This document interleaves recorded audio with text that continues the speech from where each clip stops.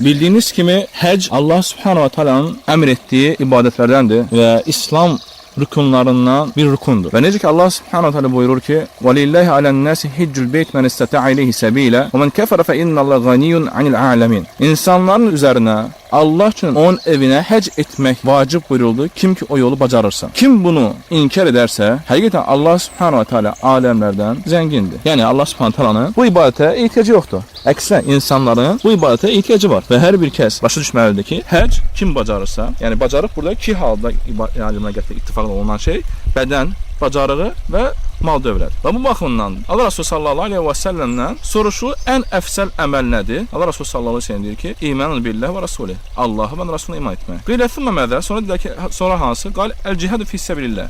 Allah yolunda cihad etmək.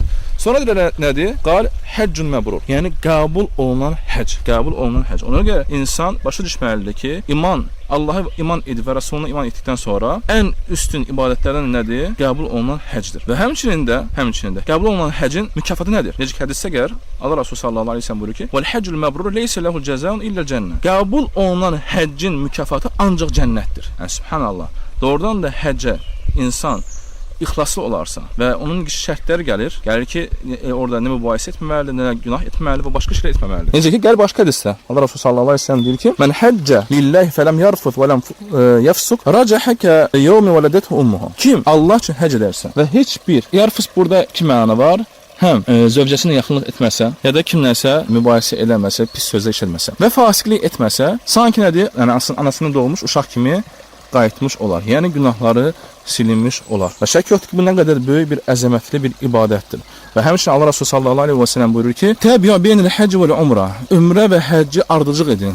"Fəinə mutaba'at beynəhuma tanfil faqra və zunuba kema yanfil kira xabathul hadid." Necə ki, Allah Resulü sallallahu aleyhi ve sellem ki, həcc və ümrəni ardıcıq edin. Çünki ardıcıq olan bu ibadətlər kasıbçılığı və günahları aradan qaldırır, necə ki dəmirdəki olan pisliklə körüyü aparır. Və ona görə mühümdür ki, insan başa düşməli, dərk etməlidir ki, hac mühüm ibadətlərdəndir. Və həmçinin Allah Resulü sallallahu aleyhi ve sellem buyurur ki: "El-gazi fi sabilillah vel-hac vel-mu'tamir vafdullah da'ahum fe'acabuhu ves'aluhu fe'atahum." Allah Resulü sallallahu aleyhi ve sellem ki, Allah yolunda çıxan və Allah yolunda hac edən və ümrə edən Allahın qonaqlarıdır. O sizi çağırdı, yəni Allahın evinə dəvət etdi, siz ona icabət etdiniz və ondan istəyin və sizin dualarınızı qəbul etsin, yəni istədiyinizi versin. Bu nəyə göstərir? Göstərir ki, insan nə qədər Allah Subhanahu taala üçün ibadət etsə və hac əməllərini artırsa və Allahın qonaqları sayılmış olur və Allah Subhanahu taala onun günahlarını silmiş olur və həmçinin də onu kasıbçılığını da aradan qaldırmış olur.